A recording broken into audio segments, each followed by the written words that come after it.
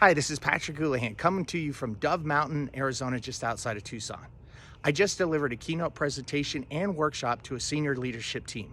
Now, this is a client that I had last year, and it got me thinking why I have so many repeat clients. And what I came up with is that I use the same Top Gun principles that I use as a fighter pilot towards my speaking. In fact, I've gone from a Top Gun fighter pilot to a Top Gun speaker, if you will. So how do I prepare for these events? How do I prepare for a keynote or a coaching event or a consulting event? Because they're all very similar. Well, the first thing I do when I'm contacted by a speaker agent or a speaker bureau or a meeting planner is I want to know everything that they know. What's the event? Who's going to be there? What's the theme? Who's in the audience? Everything that they've been told about the event, I want to know. Once we contract the event, I send out a 5-page document that asks a whole host of questions. Again, where the event is, what time is it? Where's the nearest airport? All the way down to what's going on in the daily life of that audience member. How do they plan? What are they experiencing? What's their strategic mindset? How did they debrief? What are they experiencing? What external forces? I ask a whole host of questions in that document so I can translate and better prepare. I then hold a 1-hour phone call, at least 1 hour, where we go over that document and I get more feedback from the client.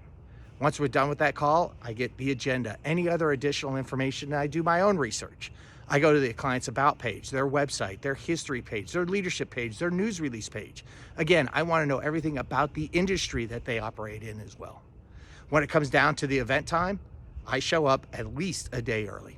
Even if the event's like on a Tuesday afternoon, I will come in on Monday, and then I will attend sessions all day Tuesday. And I do that because you never know where you're going to get that additional piece of information, that additional piece of customization.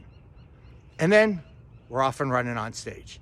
Now, the delivery should be the easiest part. As a fighter pilot, I've often said that flying the mission was actually the easiest part. It's the preparation beforehand and what you do after that makes all the difference. Because once I'm done and I'm off stage, I hang around. I'm not just somebody that shows up and leaves, but I hang around to talk to the client. I make sure that I have enough time built into my schedule where I can communicate with the members of the audience if they have further questions. Then after the event, I debrief with the hotel, I debrief with the AV team, and most importantly, I debrief with the client. What did we do well? What can we improve next time? And frankly, most of the time, they don't have any comments. They just want to thank me for having shown up. But they appreciate the opportunity. And for me, every once in a while, I find one little thing to make it that much better the next time. And then we're off to the next event.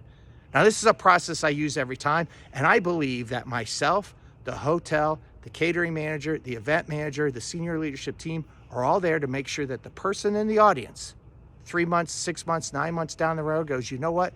That was a great event. I'm glad I attended. I heard a great speaker and I learned and I'm using. It was worth my time. And that's my whole goal. That 9 months, 12 months down the road, somebody goes, you know what? That was worth my time. I learned and I'm still using.